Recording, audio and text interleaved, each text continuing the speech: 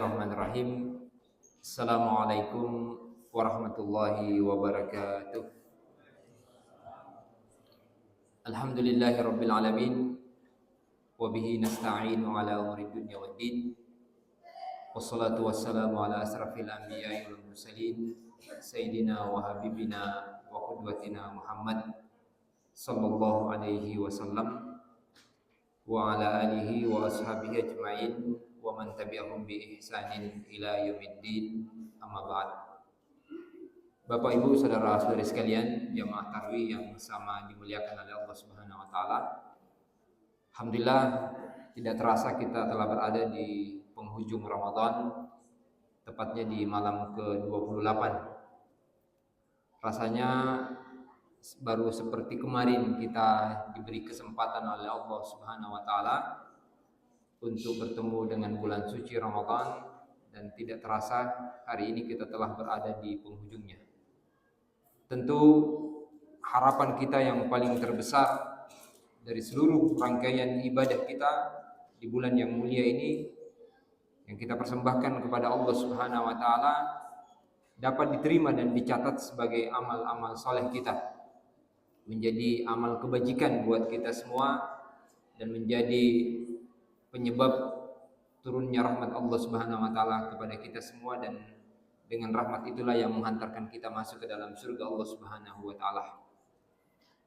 Maka apa yang perlu untuk kita lakukan di penghujung Ramadan ini jamaah sekalian? Yang pertama adalah kita memperbanyak doa kepada Allah Subhanahu wa taala agar ibadah yang kita lakukan itu diterima di sisi Allah Subhanahu wa taala. Ya. Ini sebagai bentuk ar-raja, ya, sebagai bentuk pengharapan kita kepada Allah Subhanahu wa taala. Sebab kenapa kita mesti berdoa? Sekali lagi, bahwa tidak ada jaminan bahwa amal ibadah yang kita lakukan itu diterima atau tidak di sisi Allah.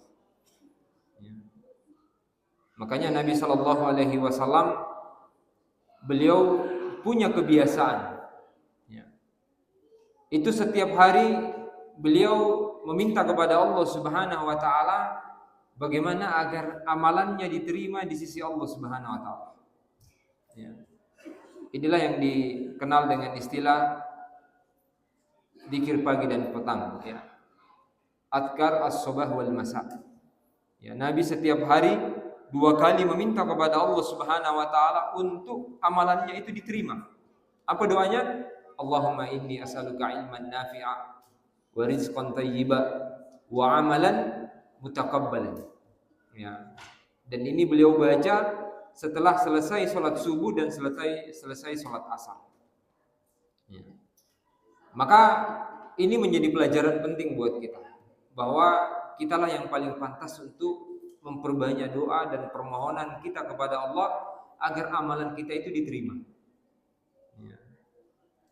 Sebab Allah juga menceritakan di sisi lain, ada orang-orang yang nanti datang kepada Allah Subhanahu wa taala dengan berbagai amalan, tapi ternyata amalannya itu tidak bernilai pahala.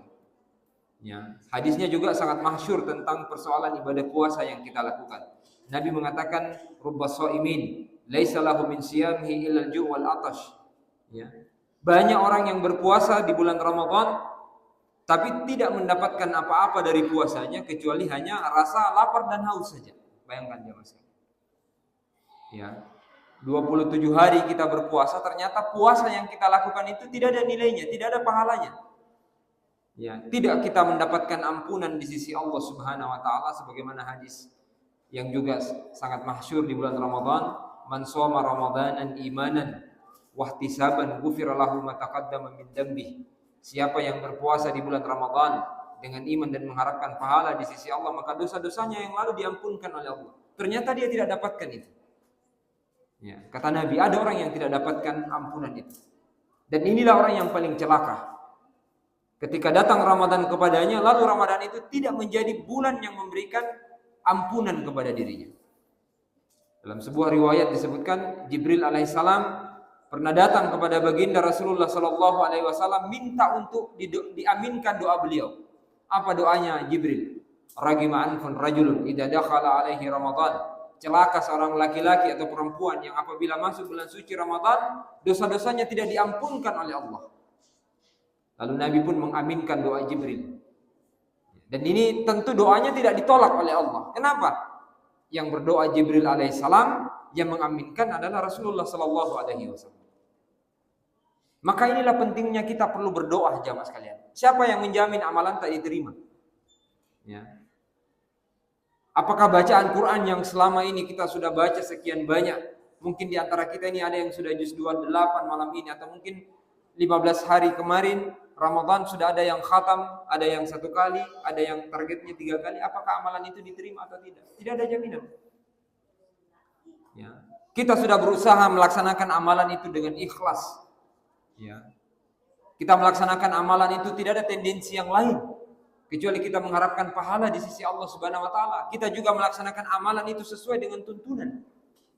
Maka setelah 2 syarat ini kita penuhi, maka diajarkan oleh baginda Rasulullah SAW, maka kita perlu untuk memperbanyak doa bagaimana amal puasa itu memberi faidah buat kita.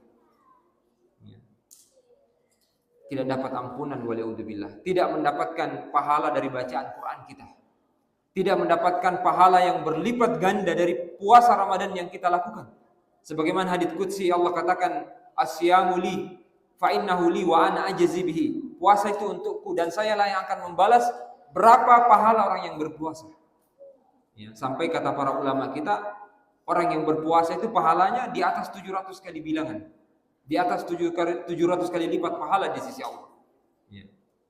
Ini keutamaan. Apalagi hadis yang lain, kata Nabi, man shoma yauman fi sabilillah, barang siapa yang berpuasa 1 hari di jalan Allah, adallahu wajhahu minan nari sab'ina harifan. Siapa yang berpuasa 1 hari saja di jalan Allah Subhanahu wa taala, maka Allah akan menjauhkan wajahnya dari api neraka sejauh 70 tahun perjalanan. Tapi ternyata ada orang yang tidak mendapatkan semua itu. Ya, dia hanya lelah saja berpuasa, memperbanyak amal ibadah, tapi ternyata amalannya itu tidak diterima di sisi Allah.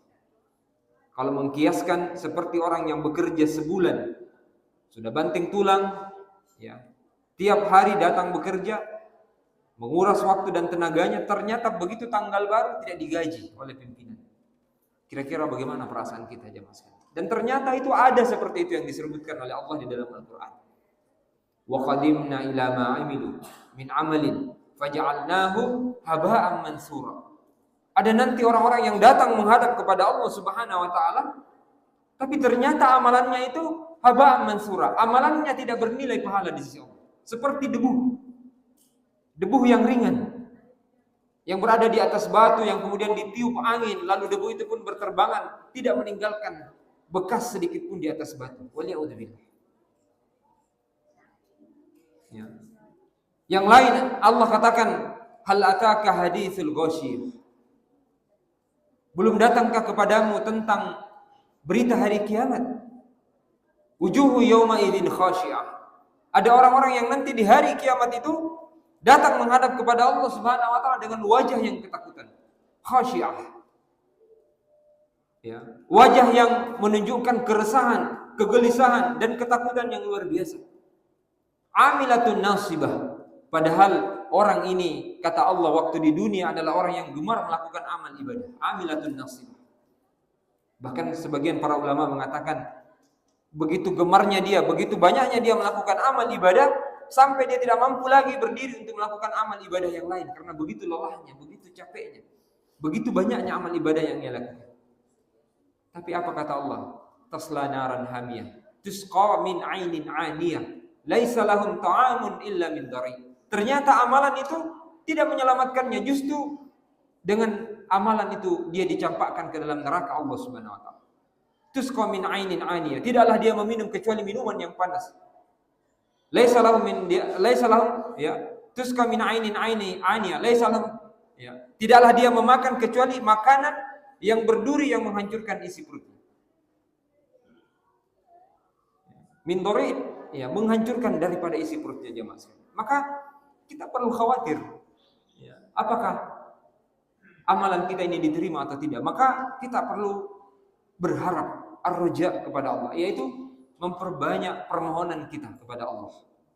Maka di penghujung Ramadan ini Mari kita tingkatkan doa kita, kita perbanyak doa kita. Selain kita tetap konsisten menyelesaikan Ramadan ini dengan sebaik-baiknya, maka juga kita iringi dengan konsistensi tersebut dengan kita memperbanyak permohonan kita kepada Allah Subhanahu wa taala. Dan ternyata meminta kepada Allah Subhanahu wa taala agar diterimanya amalan ibadat bukan hanya Nabi yang melakukan. Ternyata juga dicontohkan oleh Nabiullah Ibrahim alaihissalam. Ya. Wa idh yarfa'u Ibrahimul qawa'id minal bait. Dan ketika Nabiullah Ibrahim alaihissalam telah membangun Ka'bah bersama dengan putra beliau Ismail alaihissalam. Wa idh yarfa'u Ibrahimul qawa'id minal bait wa Ismail. Ya, membangun Ka'bah jamaah sekalian. Ini amalan yang mulia ini, membangun Ka'bah. Bagaimana meletakkan batu pondasi Ka'bah? Ini kan semua perintah yang datang dari Allah. Ya. Kita tidak meragukan bagaimana keikhlasan Nabiullah Ibrahim alaihissalam dalam menjalankan perintah Allah. Sampai disuruh pun untuk menyembelih anak beliau, beliau rela untuk melakukannya. Ini kan menunjukkan keikhlasan, ketundukan yang luar biasa kepada Allah Subhanahu wa taala. Dan meletakkan batu pondasi adalah wahyu yang datang dari Allah. Di mana dia harus meletakkan pondasi-pondasi Ka'bah? Tapi apa yang beliau lakukan? Walaupun notabene ini adalah perintah yang datang dari Allah Subhanahu wa taala. Ya. Nabiullah Ibrahim adalah orang yang tidak lagi diragukan keikhlasannya sampai beliau digelari Khalilullah, kekasih Allah Subhanahu wa taala. Khalilullah, ya. Tapi apa yang beliau lakukan? Rabbana taqabbal minna. Setelah beliau membangun Ka'bah itu, beliau berdoa kepada Allah, Rabbana taqabbal minna innaka antas samiul alim. Ya Allah, terimalah dari apa yang telah kami lakukan ini. Ya. Sesungguhnya Engkau Maha mendengar lagi Maha mengetahui. Coba lihat jemaah sekalian. Bagaimana Nabiullah Ibrahim alaihissalam mengajarkan kepada kita bahwa hendaklah setiap kita melakukan amal ibadah, maka yang tidak kalah penting adalah kita berharap kepada Allah Subhanahu wa taala amalan itu diterima dengan kita memperbanyak doa dan permohonan kita kepada Allah Subhanahu wa taala. Apalagi dalam keadaan kita berpuasa. Ya.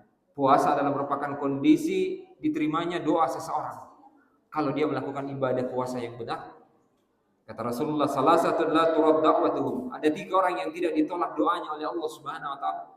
Salah satunya adalah as-shaimun hatta yuftir. Orang yang berpuasa sampai dia berbuka. Jadi keadaan kita lapar, haus setiap harinya kurang lebih 12 jam. Dari mulai terbitnya fajar, masuknya subuh sampai dengan masuknya maghrib, terbenamnya matahari adalah kondisi di mana doa kita tidak ditolak oleh Allah Subhanahu wa taala. Maka disitulah tempat yang juga sangat baik untuk kita meminta kepada Allah agar amalan kita diterima dalam keadaan lapar, dalam keadaan haus jemaah sekalian. Jemaah sekalian yang sama dimuliakan oleh Allah Subhanahu wa taala. Kemudian yang terakhir, bahwa kita menyelesaikan Ramadan ini dengan sebaik-baiknya. Mungkin sebagian orang saya sudah hidupkan di malam ke-27. Ya. Saya sudah hidupkan. Di situ banyak pendapat ulama yang kuat yang mengatakan bahwa malam Lailatul Qadar itu turun di malam ke-27. Ya. Tapi ada juga pendapat yang lain bahwa malam Lailatul Qadar itu berganti-ganti waktunya. Dan ini juga pendapat yang kuat. Kadang dia di malam ke-27, kadang di malam ke-25, malam 23, dan bisa saja malam ke-29. Ya. Kalau sebagian pendapat diantaranya Ibnu Taimiyah mengatakan kalau dihitung dari belakang 10 hari terakhir yang dimaksud ketika Nabi konsentrasi beriktikaf di masjid bukan dihitung dari awal dari belakang, maka yang ganjil menjadi genap, genap menjadi ganjil. Ya. Maka apa isyarat dari perbedaan-perbedaan pendapat para ulama ini tentang tidak adanya kepastian turunnya malam Lailatul Qadar? Kita hanya diperintahkan untuk mencarinya di malam-malam terakhir, khususnya di malam ganjil adalah bagaimana kita tetap konsisten menyelesaikan Ramadan di 10 terakhir ini dengan mempersembahkan amal ibadah kita yang terbaik di hadapan Allah Subhanahu wa taala. Ya, biasanya memang orang kalau malam ke-27 sudah mengalami penurunan semangat. Ya. Memang puncak Ramadan biasanya. Ya, orang konsentrasi ibadah itu di malam ke-27. Tapi kalau kita mengkiaskan, ini seperti mungkin orang wukuf di padang Arafah. Ya, al-hajju Arafah. Ya. Nabi mengatakan seperti itu bahwa haji itu adalah Arafah, tapi bukan hanya Arafahnya dihitung. Ya, karena Arafah itu hanya satu dari beberapa bagian rukun yang diperintahkan dalam ibadah haji. Sehingga masih ada ibadah-ibadah yang lain, ada mabit, ya, ada melempar jumroh, kemudian dan seterusnya dan seterusnya. Maka apa intinya jamaah sekalian? Mari kita selesaikan Ramadan kita ini dengan amalan yang terbaik, tetap konsisten. Ya. Siapa tahu mungkin amalan terakhirlah yang diterima oleh Allah Subhanahu wa taala. Makanya Rasulullah mengingatkan kepada kita, innamal a'malu bil khawatim. Sesungguhnya amalan itu yang dihitung akhirnya. Ya, bukan hanya awalnya kita jaga keikhlasan, kita memurnikan ketaatan kita, tapi kita juga menjaga amalan yang terakhir. Bagaimana kita tutup Ramadan ini dengan amalan yang terbaik. Bukankah hadis yang mengatakan siapa yang mengucapkan la ilaha illallah di akhir hayatnya, ya, maka tempatnya adalah surga. Tapi apakah semudah itu kita mengucapkan la ilaha illallah di akhir hayat kita? Tentu tidak. Dia butuh proses, butuh pembiasaan. Maka kita sudah melewati 27 hari.